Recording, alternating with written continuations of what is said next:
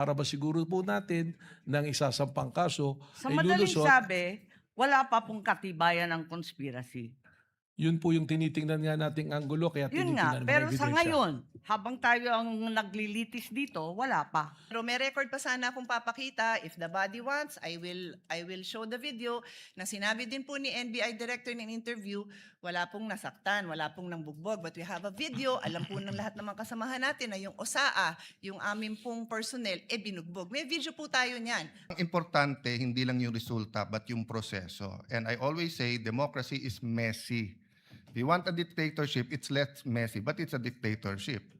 May problema. You want a democracy, it's not, di ba? Having said that, I have a lot of questions, but I want to show Senator Raffy Tulfo some good faith because he always shows me good faith when we're in the lounge. Hindi ko na itatanong today since I think in the next few weeks, madalas naman kami magkikita ni Director Matibag dahil marami siyang iniimbestigahan na kasama ako doon.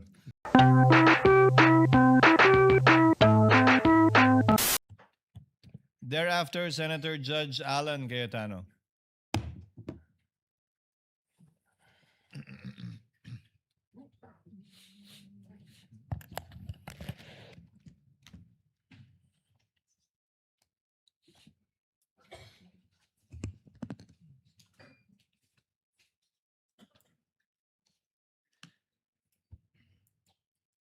We are ready, Mr. Presiding Officer. For the witness. Sir, nung May 13, you're recorded as saying, katunayan, nakiusap nga po ako kay John Consulta na puntahan kami dito sa Sequoia Hotel dahil meron po kaming planning mula po pa kaninang umaga, and you went on to say nandun ka with all the deputy directors, etc. Do you confirm? Well, nakausap ko po si John Consulta. No, just except confirm, sir. Did you say Yes, that I na talked nandun to- kayo sa Sequoia? Hindi, yun lang. Yung statement na Haba yun. po kasi yung statement nyo. I just pasensya need na. you to confirm, did you say that you were in Sequoia? Yes, I talked to Thank you. to So John you are Consulta. confirming, okay. Yes po. And then later on, dinagdag nyo, wala kami sa Senado, we are on stand down because that's the instructions. Did you also say that? Yes po. Thank you. Meanwhile, in another interview, you then said, mayroon request si GM Veloso to help them secure the area kasi napapansin nila na magulo, labas-pasok. Nagpadala kaming ilan lang na ahente, parang 4 to 6 na tao, na nag-iikot sa premises ng GIS. Hindi pumasok sa Senado. I am quoting Inquirer dated 13 May 2026. Did you say this? Yes, sa GSIS po. Okay, thank you. So, I asked now for the kind indulgence. May papa-flash lang ako. It's just a photo, dear colleagues, both parties. Paki-flash lang.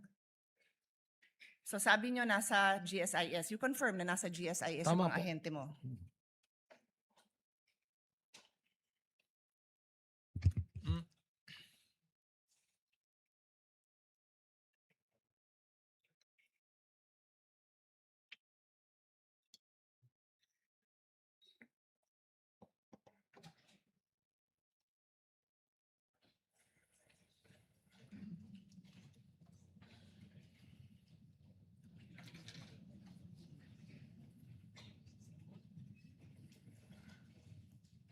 Pwede magpa-update sa technical, what's going on? It's just a photo. No. Ito, I'm just showing the Senate website for the record. Senate website. Tapos po, nandito po sa right corner, can you read it, sir? It says contact information. Can you read it? Hindi ko po Okay, mabasa. paabot ko sa page yung same thing. It is just the Senate website. Page, pakiabot. Thank you. Pakibasa lang po yung address ng Senado.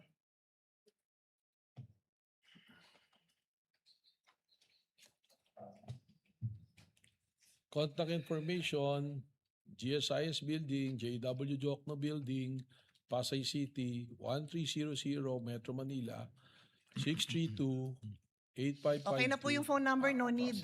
Apo. So pakiulit, ano hong building? GSIS building. Opo, kasi nag-iisa lang naman ho ang address namin. Umuupa po kami dito sa GSIS. Iisang building lang ho po yun. And for the record, kung saan nakita yung tao mo, likod lang po yun ng office ni Senator Loren Legarda. Nasa video po yun. I will not bother everyone with that. Kung gusto nyo, presiding officer, I can, but for now, I won't. Kasama po yun sa area na inuupahan ng Senado sa GSIS. We are paying rent, for the information of all. So yan po ang gusto ko lang ma-establish. It seems kasi po na you swore an oath, no, to tell the truth, the whole truth, and nothing but the truth. Is that correct? Yes po. Thank you very much.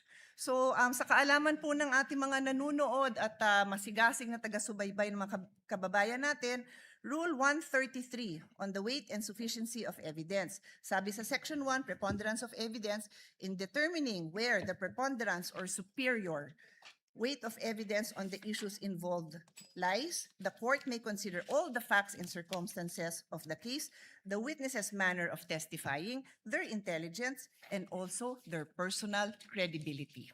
Furthermore, in Section 11 of Rule 132, a witness may be impeached by evidence that his or her general reputation for truth, honesty, or integrity is bad. So nag-ring na yung bell, I will be loyal, I will follow this na lang, pero may record pa sana akong papakita. If the body wants, I will show the video na sinabi din po ni NBI Director in an interview, wala pong nasaktan, wala pong nangbugbog, but we have a video, alam po ng lahat ng mga kasamahan natin na yung OSAA, yung aming pong personnel, binugbog. May video po tayo niyan. I leave it to the body, I leave it to the presiding officer if we want to take up the time of this court to show that. Yun lang po, maraming salamat. Thank you, Senator Judge Pia Cayetano. Senator Judge Alan Cayetano is recognized for his interjections and interventions. And if there are no other Senator Judge that will do so, the presiding officer shall make his interjections. Yep, Senator Judge Alan Cayetano Before may the, proceed. before the questions, just two manifestations. No? The gentleman may proceed Yeah. with his manifestation. First of all, to the NBI director, he looked at me when I smiled a while ago. I wasn't laughing at you or anyone. Nung sinabi mo lang 6'7" kasi, yung or 7'6", mga pamangking ko, basta't sinabing 6'7", nagtatawanan na. Naintindihan ko po. I Nakita ko hope po kayo you weren't, doon. yung iba kasi hindi, baka akala ko anong I ibig understand sabihin. po. And we're on Yes po. TV, so we can be on opposite sides, but we can be very professional, di ba? Salamat So, po. the second manifestation, Mr. President and Honorable Presiding Officer, you know, much have been said about technicalities, humahaba to, may mga relevant, irrelevant. So I just want the prosecution and defense to know because we're gonna go on a short break. Short lang naman, SONA sa Monday kontra SONA sa Tuesday, makikita tayo sa Wednesday. Both sides, you're doing a good job. Both sides. I mean, the prosecution, your job is to prosecute, and the defense, your job is to defend. The onus is on us. May tinatawag na defense senator judge, may tinatawag na prosecution senator judge. Wala pa akong impeachment dito na hindi nangyari yan. 'Di ba? Ang importante, hindi lang yung resulta, but yung proseso. And I always say, democracy is messy. If you want a dictatorship, it's less messy, but it's a dictatorship. May problema. You want a democracy, it's not, di ba? Having said that, I have a lot of questions, but I want to show Senator Raffy Tulfo some good faith because he always shows me good faith when we're in the lounge. Hindi ko na itatanong today since I think in the next few weeks, madalas naman kami magkikita ni Director Matibag dahil marami siyang iniimbestigahan na kasama ako doon. So I'll be seeing you, Mr. Director. Thank you, Mr. Presiding Officer. Thank you, Senator Judge Alan Cayetano. Senator Judge Amy Marcos is recognized for her questions and interjections. You may proceed, ma'am. You have 2 minutes. Yes, thank you very much to our presiding judge. Kumusta Attorney Mel, Congresswoman Ann, at sa lahat na narito.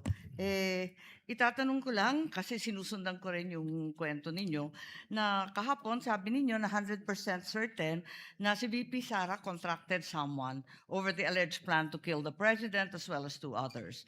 Tapos, ito naman, corroborative naman ito, nung sinabi ninyo, nung 29 April yata sa House of Representatives, na sinabi rin ninyo, meron na kaming leads at mukhang talaga yun ang findings. Kaya may grave threat at inciting. Tama ba na sinabi po ninyo to? Tama po, meron pong report po. At alam din natin na nag-file na yung NBI February 2025 na ng inciting to sedition case against BP nung February last year. Ngayon, nagtatanong lang ako, 14 months later, as late as 29 April, the NBI still has not identified yung supposed assassin. Does it mean na at that time na nagpila sila ng kaso ng inciting noong Pebrero na nakaraang taon, the NBI wasn't even sure if there was an actual assassin? Alam ko before your time to, no, Mel? Pero tinatanong ko lang, how can the NBI be sure there was really a contract if they can't even identify the said assassin? Respectfully po, Your Honor, magkaiba po kasi ang elemento nung yung pong kaso ng grave threat saka inciting based on the investigation report at based po sa findings ng NBI noon, nakumpleto na po yung elemento ng grave threats saka ng inciting to sedition. Hindi naman po kailangang mahanap kung sino po yung kinausap na assassin. That is not an element for the filing of a complaint. So ang sinasabi po ninyo, tama yung pagka-file, pero hindi kompleto yung mga findings dun sa affidavit of investigation dahil yan din ang sinabi ni NBI agent Attorney Longtok na nandito siya at pinahiwatig niya na siya ay lead investigator pero wala siyang personal knowledge of whether there was an actual assassin. So, why is it that 14 months after filing of the cases, the assassin is yet to be named? At ngayon, humihingi pa kayo ng 3 hanggang 6 na buwan para tuklasin kung sino nga yun. Ganito nga po, yung pong grave threat at inciting to sedition, nandun na po sa DOJ yan. That is the subject of a resolution na dapat gawin ng DOJ. Magkaiba po yan, hiwalay po natin. Ito pong ating investigation dito is an investigation because of the continuing active and serious threat to the President amounting to the effect na yung national security is only being compromised. Pero So hindi doon po po natin yan. tinitingnan. Hindi po yan ang sinabi ninyo Kasi ang sinabi ninyo doon sa House of Representatives, sa Justice Committee, maliwanag. Sa amin nyo na meron kaming leads at mukhang ito na talaga ang findings. Kaya nga po nag-file ng kaso ng grave threat at inciting to sedition. Sabi ninyo, yan ang dahilan. That was your statement. Because if you stand by these words na may finding na talaga, at yun ang dahilan kaya nagpila noong February, as early as February, the date that the NBI filed, the NBI already had findings that VP Sara spoke with an assassin. How come kayo ngayon, sinasabi ninyo na wala naman nung panahon na yon? Ganon din ang sinabi ni Attorney Lotok. So, hindi ko maintindihan ngayon, talaga bang may assassin na na-identify nung Pebrero o wala? Wala pong na-identify noong February. Bakit niyo sinabi Kasi- doon sa House of Representatives na yung dahilan na nagpila ng kaso kasi meron na kayong assassin? That is totally magkaiba po na issue. Again, babalik po ako. Pareho yung issue kasi yun din ang inaalam ng Justice Committee noon At ang Ang liwaliwanag na sabi niyo, yung dahilan na nakapagpila na sila ay dahil natuklasan na yung assassin. Wala po akong sinabi doon na natuklasan. I also mentioned at that time that there are persons of interest. Again, we have to go back po na yung inciting to the Hawak sedition ko and po yung grave threat. transcript kasi. Okay Oo. po, tama naman po yung binabasa Kaya niyo. nga nag-file ng kaso kasi meron na kaming leads. Well, Ang liwanag ng pagkasabi ninyo we are referring, may lead na nga po, ibig sabihin, yung pong grave threat, completed na Meron ng threat. In fact, tumatawid na po tayo sa merong kinausap and we are already talking about na doon sa admission ni mismo ni Vice President Sara na meron siyang kinausap na papatay at pumayag yung papatay. Parang napakaliwanag nung sinabi niyo noon at mas malabo di hamak ngayon. Ngayon, bakit kinailangan pa mag-issue ng AO11 kung talaga namang continuing investigation?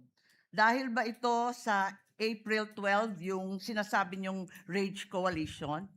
Kasama po yan, paulit-ulit ko pong sinasabi na there is a 5 points na tinignan po natin na ginagamit po ng isang social Yes, we're service. aware of that, the sexual, economic, etc. Alam naman natin yon kasi yan din ang gamit ng US, di ba? Tama po. Kaya Na- po, merong ongoing investigation. Sinabi ko na yung threat is serious, continuing, and active, na ito po ay tumatawid na rin to the level of national security. Kung talagang may pattern of violence, doon sa Rage Coalition launching, andun ba si VP Sara? Wala po. Ganun pala eh. As a matter of fact, she wasn't even there. Siya ba nagsalita? Siya ba nagsabi nun? Si Mayor Basti po. Are you implying na may conspiracy kay VP Sara at Mayor Baste to have the president killed? Yan po yung aming tinitingnan. Kanina po, tanong ni Senator Ping Lacson, tinitingnan po natin kung mayroong sabwatan po na nangyayari. May katibayan ba tayo dito sa conspiracy? Dahil matindi ang pinag-aralan nyo bilang abogado. Sapat ba ito para ipakita na may conspiracy dun sa dalawa? Yun po din yung sagot ko kanina kay Senator Ping Lacson, kaya po hindi pa nakasuhan sapagkat tulad po ng mga kaso na pumapasok at alam po ng mga abogado na conspiracy is sometimes harder to prove than the crime itself. That's why we have to make a case build-up para masiguro po natin ng isasampang kaso Sa ay madaling lulusot. sabi, wala pa pong katibayan ng conspiracy. Yun po yung tinitingnan nga nating anggulo kaya Yun nga, tinitingnan mga pero sa ebidensya. ngayon, habang tayo ang naglilitis dito, wala pa. Kung meron na po, na-file na po namin yan. Kailangan po lumusot ito under Memorandum Circular Number 20 of the Department of Justice. Ngayon, Reasonable certainty of conviction. alam natin yan. Ang sabi ninyo, yung Special Task Force, ano ang gagawin ng Special Task Force kung natumbok na rin yung assassin nung Pebrero pa? O Then- natumbok na ninyo ngayon na nasa ilan na na-interview ninyo? Ano ang gagawin sa mga assassin na to? Then, kailangan po natin silang imbestigan at kausapin kung gaano kalawak para malaman po natin kung huminto na ba ang threat sa presidente. Sapagkat alamin natin kung sino po ang mga kausap. Dahil maraming nagtatanong kung bakit pa kailangan mag-case build-up samantalang eto na tayo sa impeachment trial, eto na tayo na wala pang actual assassination, kaya hindi naman maintindihan kung ano pa ang silbi ng Special Task Force. Alam po ninyo, yung pong dito sa impeachment, magkaiba po yung requirement eh. Hindi naman po natin kailangan pang ipresenta kung sino yung kinausap na assassin. Ang importante lang po rito ay yung admission mismo ng Vice Presidente na humanap siya ng mamamatay para patayin ng Presidente at iyon ay pumayag. Doon po papasok na yan. Dahil po, respectfully, di po sa impeachment court, hindi naman po necessary na may criminal conviction. Kaya po inilatag po yan kung ano-ano yung mga basehan po. Kindly wind up, Sa Senator ating Judge Amy. presiding judge at pati na rin kay Attorney Matibag, ang ating direktor, sabi po ninyo na matutumbok ninyo ito sa loob ng 3 hanggang 6 na buwan. Kung maaari, sabihin na ninyo sa amin, pwede naman i-disclose kung tutuusin at sasampahan naman yan ng demanda through regular filing, hindi dito sa impeachment. At di naman siya subject of arrest for inquest proceeding. Bakit hindi sabihin? Or kung maaari, bumalik na lang kayo in 3 to 6 months. Pwede bang i-request yun kapag meron na kayong natuklasan at napunteriyang assassin? Again, ang sagot ko po dyan, iba po naman yung national security protection at impeachment. Dito po sa impeachment, yung sinasabing betrayal of public trust ay pumasok na po dahil meron pong sinumpang tungkulin ng ating Vice Presidente to protect and defend the Constitution, execute the law, do justice to everyone, and consecrate herself to the service of the nation. Alam po natin Eh yung yan. pong ginawa niya po, papasok po yun sa betrayal of public trust kasi enforce the law, do justice. Pero ito po, Execute the law. Ito, execute the president po eh. Alam po natin yan, pero binubuo natin ang mga elemento ng grave threats at inciting to sedition. Maraming salamat. Thank you, Senator Judge Aimee. Any other Senator Judge who wishes to make an interjection? Unless Senator Judge will have some interjections then. Just a few questions. Anika, kindly turn on the timer too, just to be sure that I'm within the time. Director Matibag, ito ba ang unang pagkakataon na may binuong task force para mag-imbestiga sa mga banta laban sa Pangulo? Sa pag-aalala ko po, opo. Sa kasaysayan ng NBI? Based on the records turned over to me, wala po. Hindi po ba normal, regular at ordinaryo lamang na magkaroon ng banta ang Pangulo, ikalawang Pangulo o sino mang mataas na opisyal o sino mang mayaman dito sa ating bansa? Tama Kaya kami mga bodyguard sila, di ba? Tama po yan. Araw-araw po ay alam natin na may threat pero magkakaibang level po. Tama po yun. At kung may mga threat tulad nito at kung ito ang unang pagkakataong ginawa ito ng NBI, ang humahawak ng mga bantang ito ay ang PSC na o PSG dati. Tama po ba? Tama po. Kaya po meron po kaming coordination po. Yan. Tutumbukin ko na po yung mga punto ko para hindi ako lumampas sa oras na sinusundan ng lahat. Sa inyong investigasyon, may bayad po ba yung kinausap ni VP Sara? Kung 100% certain po kayo na may kinausap siya para patayin di umano ang Pangulo, may bayad po ba yun o libre? That is the part of the investigation po that we have to establish po. So sa ngayon, hindi pa po niyo sigurado kung pagkakaibigan lang o samahan lang o may bayad yung usapang yun? Tama po, but we consider every possibilities po. Ngayon, would it matter, Director Matibag, kung sino yung sinabihan niya? Kasama po sa lima yung pamantayan na binanggit po ninyo ay identity of person involved and capacity. Tama. Halimbawa po, kung ang kinausap ng ikalawang Pangulo ay kaklase niya sa college na nagtatrabaho sa call center, relevant po ba't mahalaga yon? Kaugnay ng capacity, hindi ba? At kaugnay ng identity ng taong kinausap. That will be considered in the investigation po. So ibig sabihin, hindi po yun babagsak sa valid threat, hindi po ba? Hindi po natin alam at kailangan pong alamin yung kung ano yung pag-uusap, kung ano po ang mga konsiderasyon. Pero base sa inyong karanasan po, kung retired police, retired military, active police, marahil. May punto kayo, hindi po Mas ba? malaki po ang posibilidad. Pero kung walang military background, walang background kaugnay sa paggamit ng anumang uri ng armas o walang background kaugnay sa anumang karahasang nagawa na niya sa kapwa niya, may basehan din po yun para sabihin yung kabaligtaran, hindi po ba? Titingnan po natin, tama po. At bilang panghuling katanungan, ito pong inyong task force ay binuo para imbestigahan ang mga banta laban sa Pangulo. Wala na po itong kinalaman sa ikalawang Pangulo mismo kaugnay ng mga kasong isinampa na laban sa kanya na grave threats at inciting to sedition. Tama po, Your Honor. Thank you, Director Matibag. Unless there are any other Senator Judge Legarda, I'm sorry, you are recognized. I thought there was no other Senator Judge. That's why I already interjected. Senator Judge Legarda for her interjection. Senator Soto? You have 2 minutes, ma'am.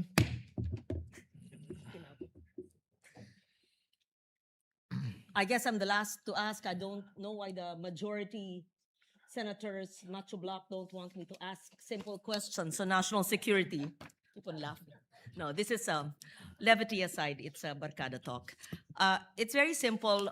I studied national security. I'm a graduate of my master's in national security. I was discussing it with former General Lacson, Senator Lacson, because the words national security have been used many times in this hall in the past few days. So my questions are very simple to, just for the record, he's my friend, my compadre, Director Melvin Matibag, and Congresswoman Ann. Okay. So hindi po dahil nagpapalambot ako dahil kumpare ko siya, gusto ko lang ipahayag ang simpleng katanungan dahil madalas niyong ginagamit, national security. At alam to ni Melvin, I'm a national security, I won't say expert, graduate, I studied it.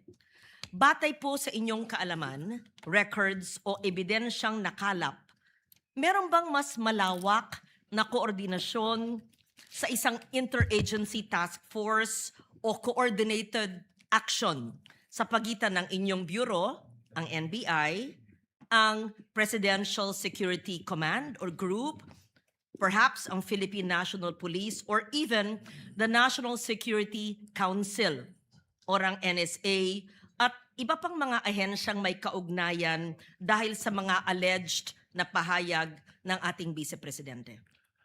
Meron po, ako po'y meron makikipag-usap po sa PSG po, may coordination kami. Katunayan, yung pong aming ibang inaksyonan ay base po sa intel report po sa amin ng PSD, ng Presidential Security Command. At meron din nga po ako, nabanggit ko na kanina, pakipag-ugnayan po sa military at sa security cluster through the Executive Secretary po. So all of these discussions, are there issuances, memoranda, notices, minutes, directives, reports, official documentation na nagpapatunay sa naturang coordination ng task force? Yung pong aking mga report ay akin pong isinusumite through the Office of Executive Secretary po. How long have you had this interagency task force, and is there such a name of a task force? Where was it? Kailan po tinatag? Kailan natapos? Was there a terminal report? And would you consider it, you've always said it's a national security concern.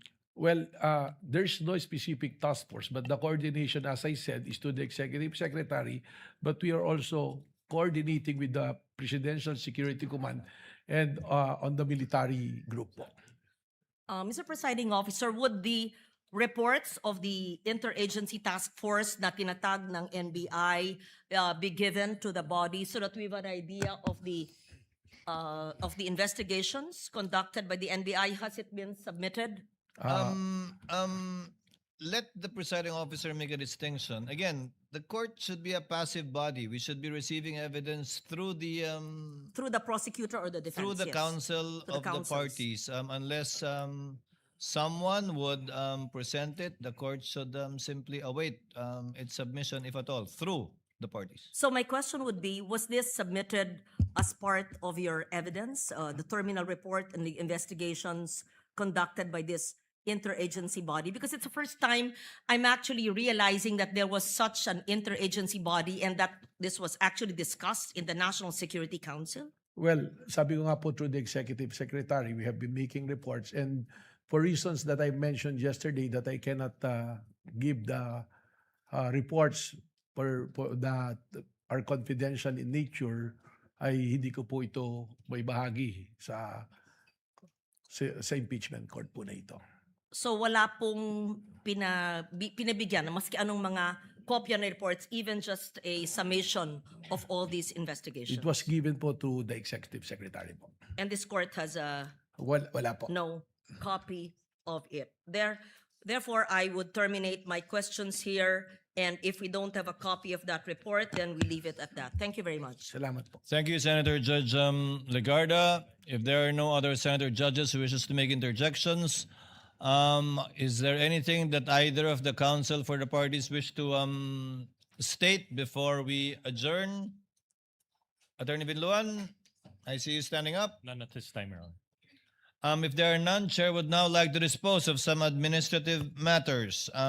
First, the Chair would like to remind the parties in connection with the conference for the marking and/or transfer of markings and comparison of video exhibits tomorrow at 10 a.m. at the Rector Room. This shall proceed. Senator Judge Soto, what is your pleasure, sir? I'm sorry, Your Honor, kind sir. Won't we dispose of the witness first? You're correct, sir, Your Honor. Thank you. If there are no further questions, Director Matibag, you're excused, sir. Thank you for your time, thank you for your cooperation, and thank you for your patience as well. Salamat din po. You're Magandang excused, hapon sir. po. Thank you po. Magandang hapon po.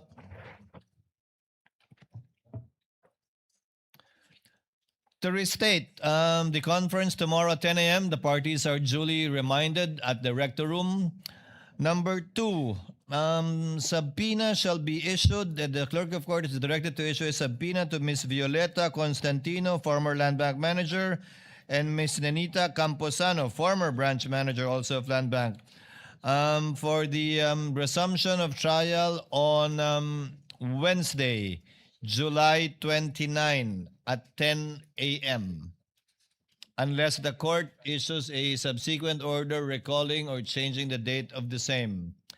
And one last point administratively, Chair would like to remind the parties to this case of Article 18 pertaining to the rule on making comments or disclosures on the part of the prosecutors, counsel for respondent, and their witnesses. I say this because I noticed that Attorney Tolosa, who is a registered